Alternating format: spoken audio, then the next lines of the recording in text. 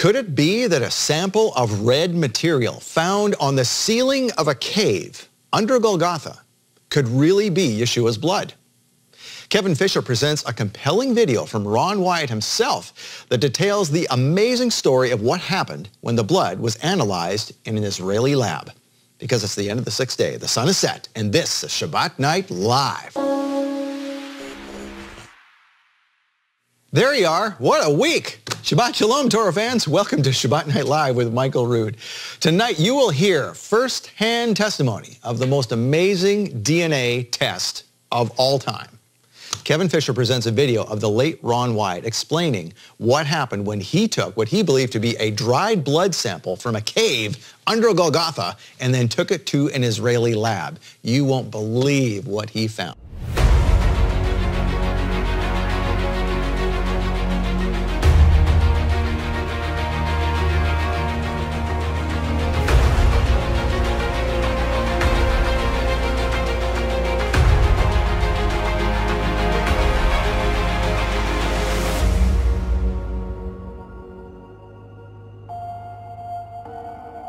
So have you ever seen an angel? We're going to talk about one encounter today by one Ron Wyatt, courtesy of Kevin Fisher. Kevin, thank you for joining us again on Shabbat Night Live. Nice to be here. You know, Ron Wyatt had all kinds of fantastic tales that some people might say, come on. But you know what? There's these second witnesses that come forward and his story is validated. We're going to talk more about that today. But first, I've known several people who have seen angels, and you kind of look at them funny and go, yeah, right. But the stories seem to line up, and Ron's story about encountering an angel is no different. Yes, this was inside the Ark of the Covenant cave that we saw last week, that Ron did find this cave in January 1982. His fourth trip into the cave was 1989, 1990.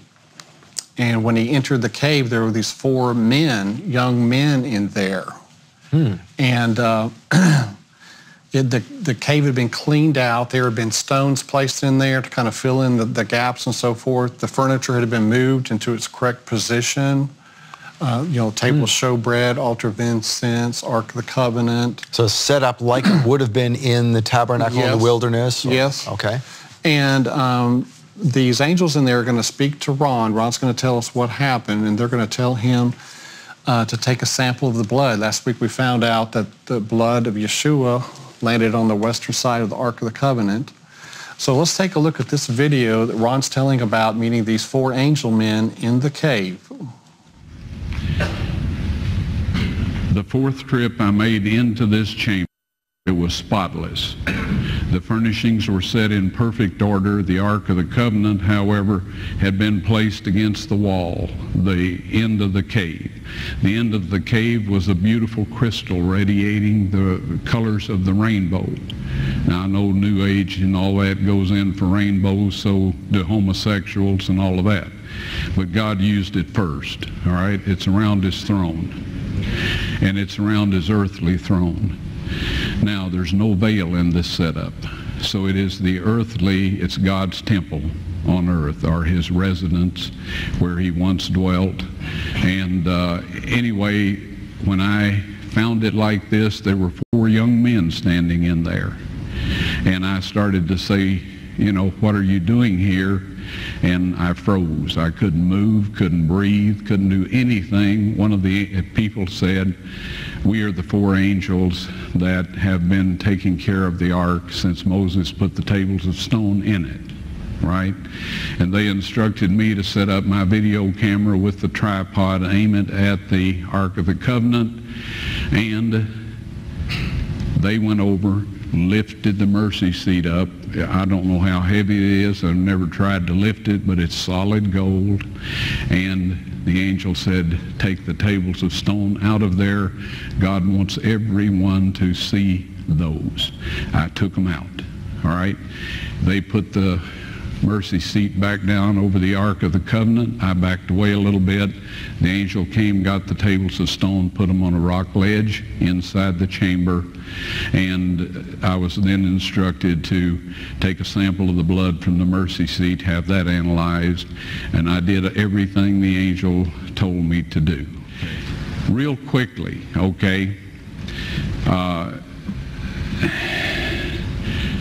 dried blood is dead blood.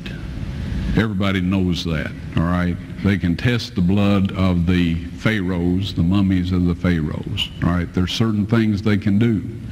They cannot get a chromosome count by any method I'm familiar with, all right? Things keep changing. I don't profess to know everything.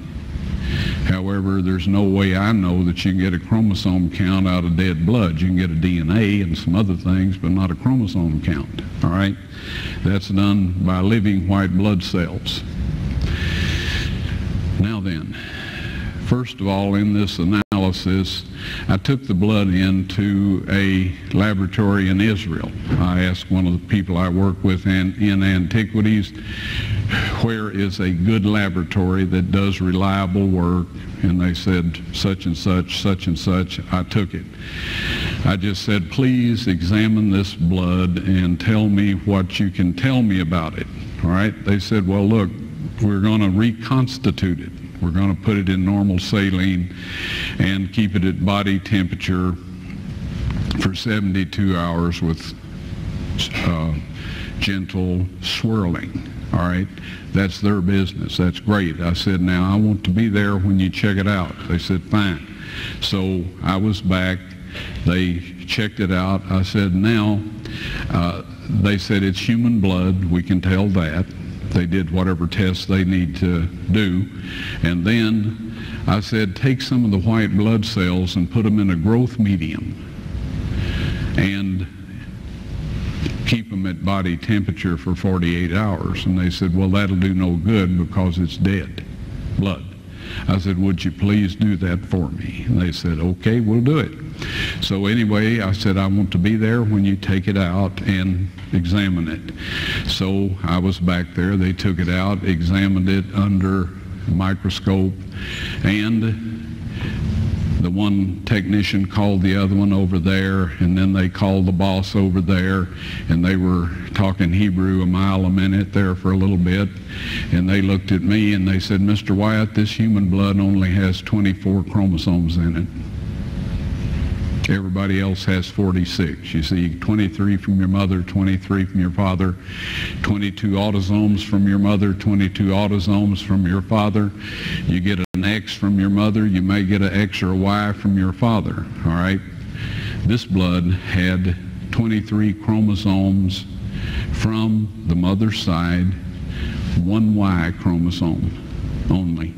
You see, the child could not have developed if they hadn't had the autosomes from the mother.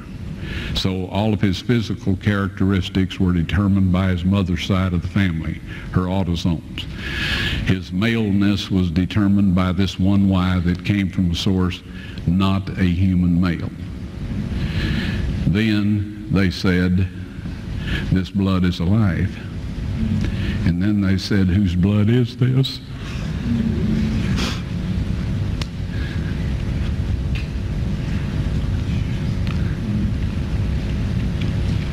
I said, it's the blood of your Messiah.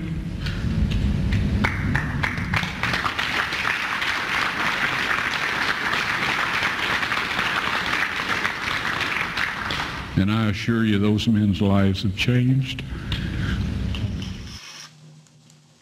So, Scott.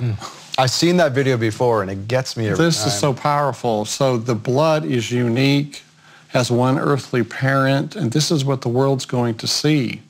This is evidence that Yeshua really was the Messiah.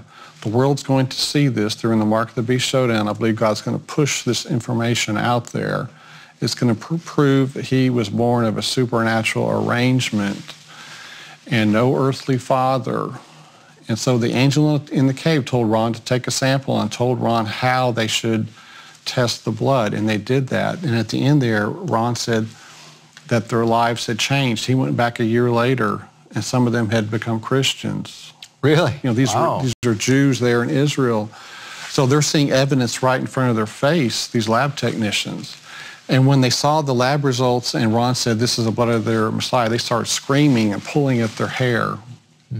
This is huge, this evidence that God's going to bring out. We'll talk about it more.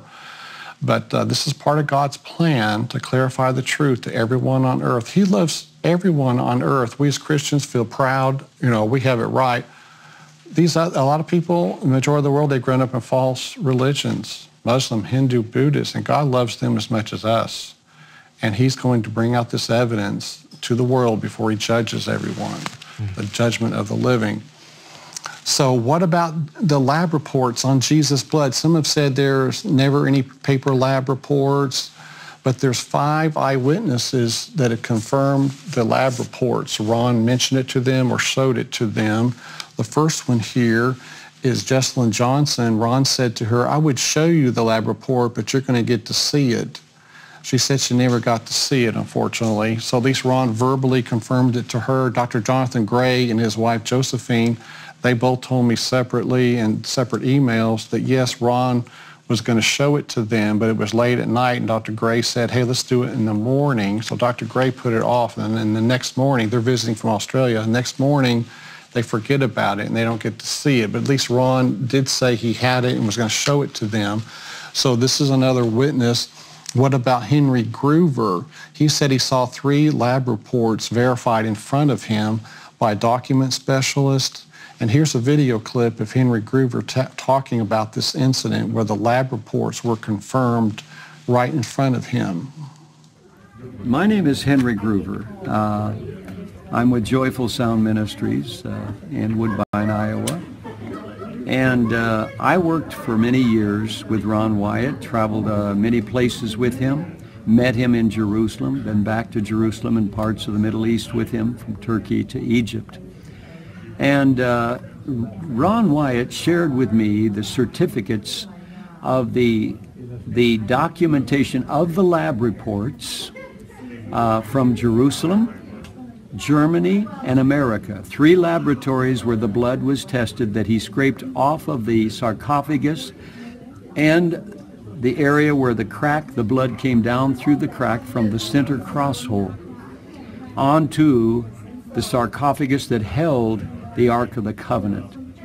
I was in the Southwest Regional Convention of the Full Gospel Businessmen in January of 1998. No, 89. I'll get that right. 89. That was in the year that I met him in April. I was with Ron Wyatt in 1989. Anyhow, Demas Shakarian was there. The lawyer for the Full Gospel Businessmen was there at the table, and a document specialist from out of Los Angeles. We were there. Ron brought his certificates from his lab reports, from all of the different lab reports that he had. But I want to focus on just these 3 certificates. This seemed to be the real interest of the document specialist. He inspected the 3 different lab reports from Jerusalem, Germany, and America of the blood that went on the mercy seat. He looked them over. He literally had documentation for the labs, the technicians, and the listing of every test that was done. He had the numbers. So this is a first-hand report from Henry Groover. What about, is there another eyewitness to the lab reports? And that would help because Henry is no longer with us. It would be and a second witness. So Bill Wyatt. Who is Bill Wyatt? Hey, he's got the same last name as Ron. Well, he's Ron's brother. Oh. Yeah. Okay. And Bill Wyatt, he's a very godly man, just like Ron, very humble. There's an incident that took place with Bill 10 years ago. He was handing out a book, Steps to Christ, to this lady at a convenience store. He put a $1 bill in a chapter heading, and the church address was stamped on the inside. She wrote the church, and she said, I had been crying, and Bill gave me this book. It was in a chapter I needed to read. I appreciate it so much. And she said, when he walked up to the counter, there was a halo of light over his shoulders and head. This was her report writing the church about Bill Wyatt here. And she has no idea of the stories of Ron with the light and all this. Exactly. So it's pretty amazing. So I asked Bill one day, did you ever see the lab report on the blood? He said, yes. I said, yes. And so I said, we got to meet and record this, which we did. We met in this Mennonite community. I got my camera out and we recorded his testimony. Here it is, a short testimony about him seeing the lab report on the blood. So I'm here with Bill Wyatt, Ron Wyatt's brother. Younger brother. And you're the younger. Was it 13 years? Yeah, it was 13 years. Okay, great. Was it exciting watching him with these discoveries over the years? Well, 20 years or so he was working on them? It was very exciting. He would come. We had family reunions, I don't know, since the probably 70s, maybe earlier than the 70s. And so he would come every year, and he would bring his videos, and he'd bring his papers and everything he had, and he would, you know, of course we'd go to church, and then, but at the reunion, then after reunion, we'd go down to Dad's old home place, and we'd swing and run the hills a little bit and go down to the river and skip rocks, but we always took time where he would sit down and fill us in on what was going on. Talk about what's going on. Wow. Yeah, that's exciting. So at some point he was able to show you the lab report on Jesus' blood. Is that right? He absolutely did. He showed us that was kind of later on. Yeah. That wasn't his first discovery. Do you know what country that report was from? Was it U.S., Israel? I think it was from Israel. Okay. I think that was the first one he had. I'm not sure if he had more than one done, but I remember him telling us, you know, how he found the blood. Yes. You know, and he scraped it off. Right. And there were people always trying to trick him, always trying to, we call it scamming him, scamming us now, but they were always trying to get his discoveries for to take advantage of it and make money on it. But he always did it for the glory of God. That was what it was. Right. But did you actually see him with a blue three-ring binder? Yeah. And was it inside that, you think? Yes, that's what it was in. It was inside there. Okay. Yeah. Okay. And you don't know if there was more than one report. You thought there may have been one from Israel. I saw one report. Okay. You know, this was over a matter of years, Kevin. Yeah. I'm just saying. I could not remember. As a matter of fact, until you started it, I hadn't thought about it in a long time. Wow, that's amazing. So he's another eyewitness, a second eyewitness. There are lab reports. They do exist. We don't know where they are today. But what about clear photographs? So Ron said he took 600 photographs inside the cave, and the objects in the cave would turn out blurred, as if God did not want them shown. And Ron finally figured out, okay, I know if I had gotten a clear photo, I was going to come out waving it, saying, look, you know, here's the Ark of the Covenant or whatever. And he had taken several cameras. Wasn't there the story? He took several different cameras. Yes. Said, well, maybe there's something wrong with the camera. He took video, different type of cameras, you know, different media types, and it would always turn out blurred, the furniture in there. But I ran into a person who told me that Ron gave them some clear photos. After Ron understood, I'm not supposed to share this. I understand you have a timing. After that, he took some casual pictures. They turned out clear. And this person said Ron gave them these photographs for safekeeping, and he said, do not make them public. So Ron had lab reports. He had photographs, clear, but he kept them private because he understood God had his own timing when this is to be shown to the world. You know, God knows more than us.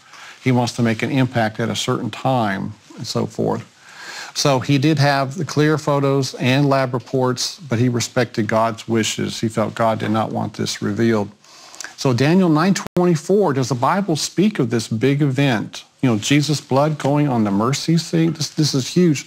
70 weeks are determined upon thy people, upon thy holy city, to finish the transgression, to make an end of sins, to make reconciliation for iniquity, to bring in everlasting righteousness, and to seal up the vision of prophecy, and to anoint the most holy. The most holy is the Ark of the Covenant. The Ark of the Covenant is the earthly throne of God. And the most holy place is called that because the most holy is in there, the most holy place. This is not speaking of a person. Some people say, well, this is Jesus' baptism and the Holy Spirit coming down. No, this isn't. We can't say Jesus is the most holy. Yeshua is the most holy. No, this is speaking of an object. It's speaking of a sanctuary. I've read various Bible commentators say that.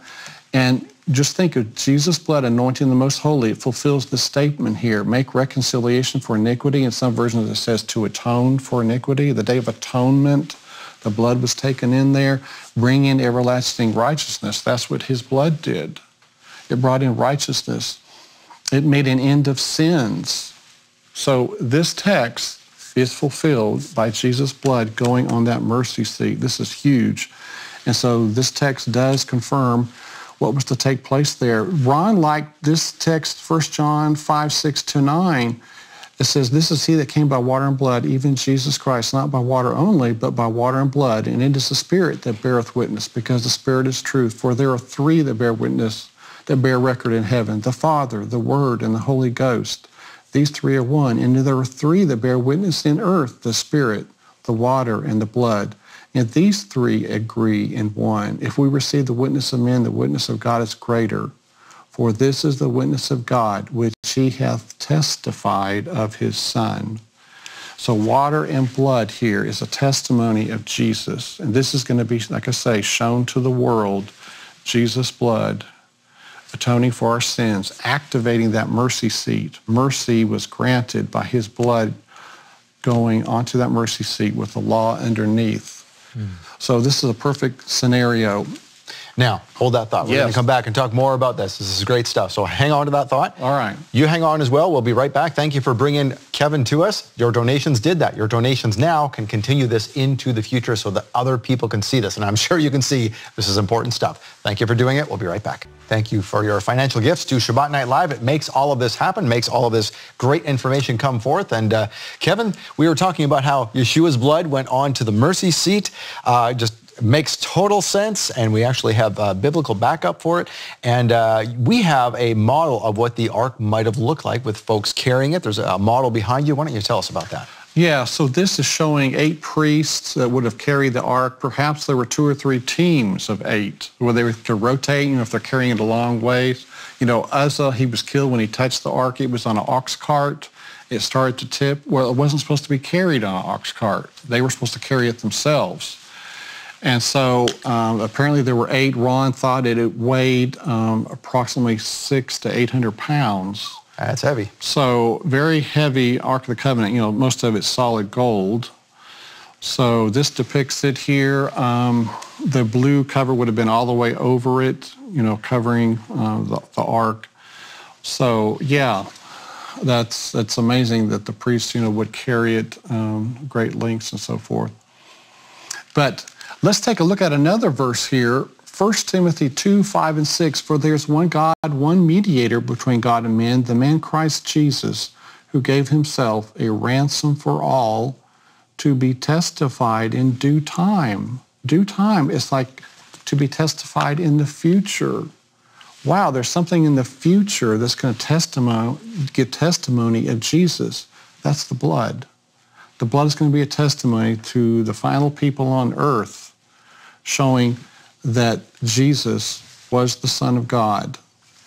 And that's what's going to happen, I believe, during the Mark of the Beast showdown. So this is a powerful verse, 1 Timothy 2, 5, and 6, those 2 verses. So where was the ark positioned in the most holy place? Most diagrams you see, it's up against the western wall, the back of it. That's actually incorrect. Here's the clue here in Isaiah 14. For thou, speaking of the devil, hast said in thine heart, I will ascend into heaven. I will exalt my throne above the stars of God. I will sit upon the mount of the congregation in the sides of the north. So he says he wants to be like God.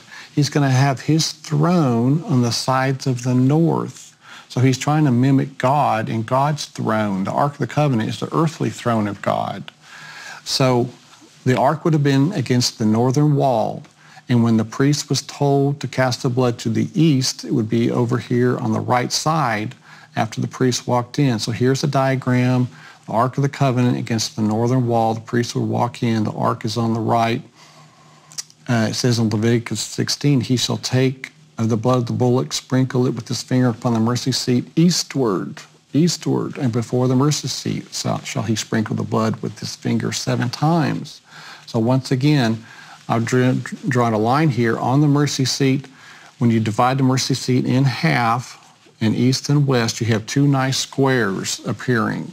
If you had it against the western wall, there would be 2 narrow strips, which is not a good division, for the blood. So this is a perfect scenario. Yeah, makes sense. Yeah, you have 2 nice halves of the mercy seat. So Jessalyn Johnson here is going to tell us on video some of the items that Ron found in the cave. She was a nurse anesthetist also, worked with Ron there in Nashville. Then he talked about the table of showbread and its utensils, the altar of incense, the candlestick, and I said, is it like this, the way people usually depict it in pictures? He says, no, how else can you walk among them? So it's this way. He said, it's really tall, but I can't tell yet just how tall it is because there are still some rocks in the way. I got to move those rocks first. And later I forgot to ask him how tall it was. The table of showbread and the altar of incense and the Ark of the Covenant all have bells and pomegranates all the way around the top. Later, not long before he died, I asked him if the censer was there, and he said yes. I asked, does it have gold chains like is depicted in pictures? He said yes. So I thought I'd ask one more question. I didn't usually ask him questions. I just listened to what he had to say. And he said, I asked if there were bells and pomegranates around the censer. And he said, there is a bell and pomegranate theme throughout. So I took that as a yes. The boards. I've told you about the golden boards. I hadn't found anybody that Ron had told that to, other than me. The boards of the tabernacle, the 3 walls of boards covered in gold, made of acacia wood. They were about 30 or so inches wide and about 17 feet tall. And Ron said, Justin, I used to wonder, where did they find acacia trees big enough to make boards that size? He said they didn't. They were just pieces put together and clamped together and then overlaid with gold. He said, and that they weren't planed, they weren't smooth, they were still bumpy, but he said they were very beautiful. And I'm like, wow, those the gold, heavily covered gold boards with all the shapes, and the 7-branch candlestick that would reflect everywhere. It would be like a room full of diamonds. It would just, everything reflecting. That would be beautiful. Makes sense, doesn't it? Yes. I mean, they had to use what they had available at the time, right? So these were pieces glued together and so forth. Now, something important, I just want to say that people need to really, keep this recording, show it to other people, whether it's on YouTube or on DVD, Blu-ray, or whatever, in case YouTube goes the way of the dodo for us one day or something. Know. But because a lot of these folks you're showing in these videos are elderly. Like, to your knowledge, is Jocelyn still with us? Yes, she is. She is. Okay, but Bill, Ron's brother is elderly too. Yes. So these stories are going to get lost. Yes, I'm elderly too. Yeah. But we need to save these stories. We need to pass these around. I know. Yeah. I think time is short and things are going to wrap up pretty quick. But yes, you never know from day to day, what's going to happen. But yeah, so in this depiction here, it tells in Exodus 25, make a lampstand of pure gold, 6 branches are to extend from the sides of the lampstand, 3 on one side, 3 on the other. So the lampstand is kind of like a tree. It's 3-dimensional. It's not a flat plane. So that's, different from what people normally think. So what about 1 Samuel 21? And the priest said, The sword of Goliath, the Philistine, whom thou slewest in the valley of Elah, behold, it is here, wrapped in a cloth behind the ephod. If thou wilt take that, take it, for there is no other save that here. And David said, there's none like it. Give it to me. And so in the cave is a sword similar to this design, is 62 inches in length. That's exactly 3 Egyptian cubits. The Egyptian cubit was the most ubiquitous cubit of the ancient world, Britannica says. So Goliath ordered up a sword. I want a sword 3 cubits in length. So they made one. Now, it has these side barbs here. The side barbs, a reenactment gladiator guy emailed me and said, these are for slashing and tearing away a shield. An opponent's shield. It would catch on there and wipe it away. And then the handguard here, a sword could come down and get caught in here, see, momentarily. And I assure you, Goliath was doing a lot of kicking. You can momentarily, incapacitate their sword, and you just kick them down. He was approaching 12 feet in height if you use the Egyptian cubit, and according to the biblical measurement. So this is quite interesting. It's still in the cave there with the Ark of the Covenant, looking similar to this. I assure you it's a lot heavier. We have a replica very much like you have here in the ministry. Okay, I did too. see that one day. Yeah, that's neat. Maybe I'll switch them out. Ours is metal. It's very heavy. Yeah, I know. That's nice. So yeah, what about here in the Israel Museum? In 2005, there was in this display case the only object from the first temple. Oh. This is what Ron Wyatt found. When he would find something in his dig, he turned it over to Israel Antiquities Authority. And we have here a little reproduction of it. And that's actual size. It's that small. It's 1 3/4, I believe, is the actual. And underneath it would have been a type of rod extending out. And Ron put the rod part in the Ark of the Covenant cave later, but he gave this to the Israel Antiquities Authority. So if anyone ever has doubt that Ron Wyatt actually went on a dig, well, there's an artifact sitting right in front of us. Yes. So the Biblical Archaeology Review, they would oftentimes say, this appears to be authentic. The thing is, you couldn't document a big dig associated with this being found. Ron had basically a kind of a quiet dig going on and would turn things over. And this was stolen shortly after he gave it to them in 1979. It was during his initial part of the dig. He was in the tunnel system. He found this, turned it over to them, and it was stolen. They had to buy it back that year from an antiquities dealer for $550,000. Wow. So they knew it was real, okay? And so they spent big money buying it back. So this is one of the things, it's the only thing made public from the first temple.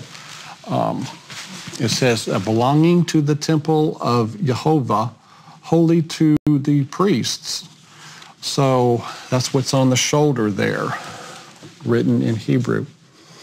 So what about the ark design? This is Ron's description, drawn by Jim Pinkowski, showing the angel on each end, not sitting on top. To be on top would be like sacrilegious. I mean, you're sitting on the mercy seat, the holy mercy seat.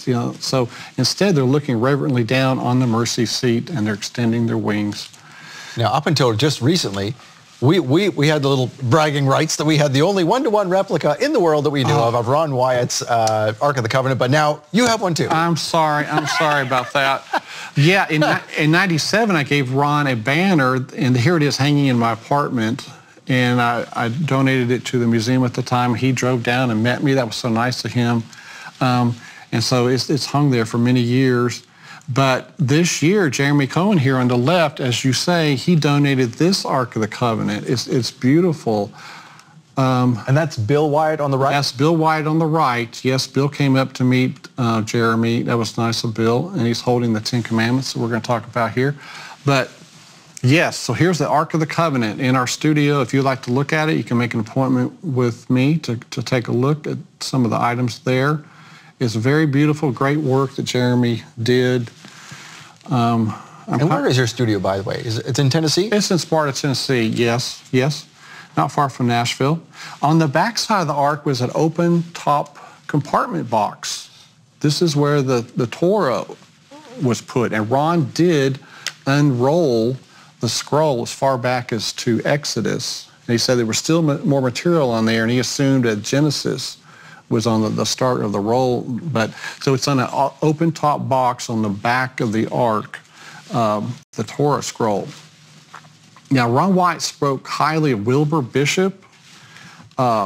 Wilbur helped him financially and also in the field working on projects. He owned a bakery in the Chattanooga, Tennessee area.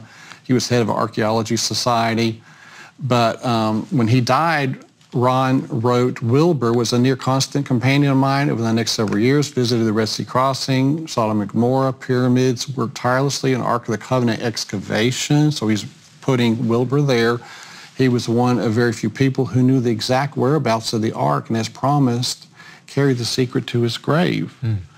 So his daughter, Dr. Carolyn Bishop, was telling me that before he died, he told her that he looked in the ark cave as soon as it was found, right when it was found.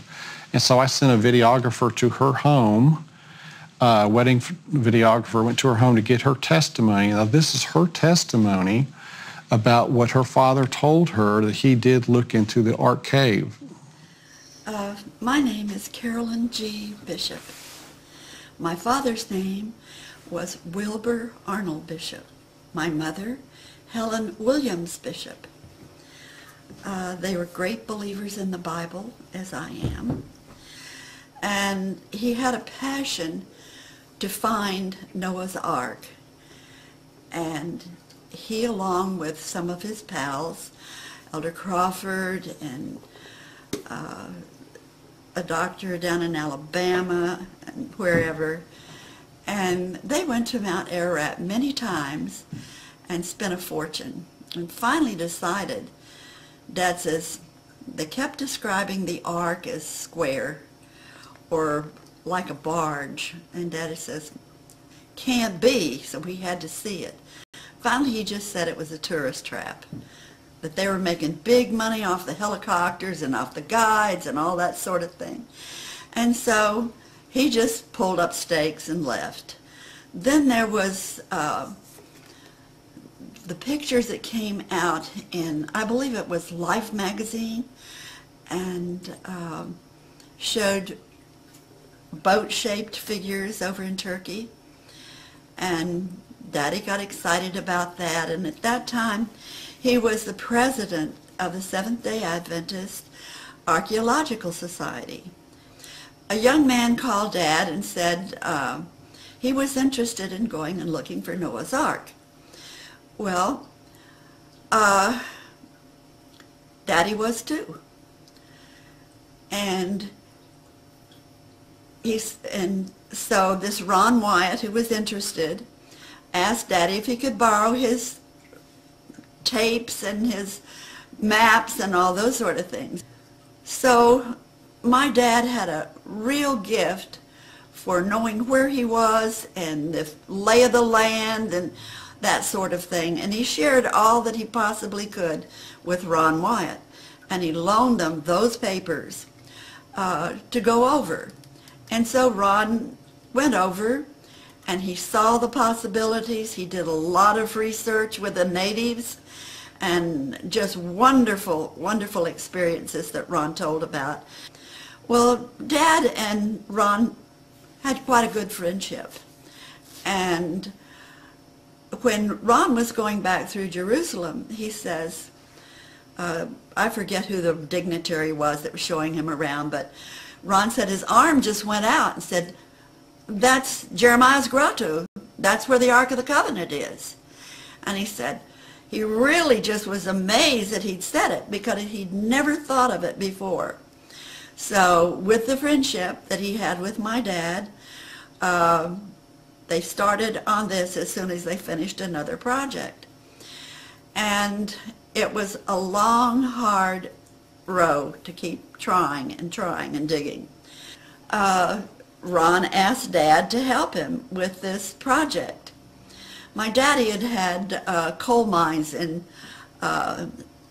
Grundy County off of Signal Mountain, just over Chattanooga. And so he knew how to enforce the tunnels that they have to make to get to places, the coal miners. So Dad was very caring about Ron and his project, and he would go and check, and he would go over and work. And he didn't need an invitation. He just, whenever he could, he would go over and work. Well, he went over, the last time he went over, he was there. Ron would dig out the rocks, and Daddy would pull them in a bucket out. Well, Dad was coming back from one of these trips of dumping rocks on the other side of the road, and out spurts this young man that was a relative of someone working in the Garden Tomb. And Dad said his eyes were just terror in his eyes. And his voice, he kept saying, "What's in there? What's in there? What's in there?" Just as fast as he could say it. And he was sprinting past Daddy. He didn't look at Dad. He didn't stop. He just disappeared in the distance, screaming, "What's in there? What's in there?" So Dad was afraid that Ron had, maybe something had caved in or something. So he went and got down to Ron, and my dad was a slight-built man. It wasn't very difficult for him to get in there, and he was used to doing it. And he went in, and he found Ron just like he was stunned or in shock. And he was just sitting over against the wall. And there was a hole across from him. And Dad said, "Are you okay? Well, what's all this?" And Dad, he says, "Take the flashlight and see what's in there. What scared that boy?" And so obviously he hadn't checked it himself. So Dad took the flashlight. My dad wasn't afraid of anything. He took the flashlight and he shone it in that cavern. The hole in the cavern was big enough to where my daddy could get through it. But Ron refused to let him go. Ron was big shoulders and a big guy. And he was afraid that it would collapse and all kind of stuff, but he wouldn't let Daddy go in. And he wasn't going in. But when Daddy shone the light around inside of the cavern, I think it was a little to the left, there was a long row of dried pelts. And there were several layers of dried pelts. And on top of that were dried boards, so they'd evidently been there for centuries.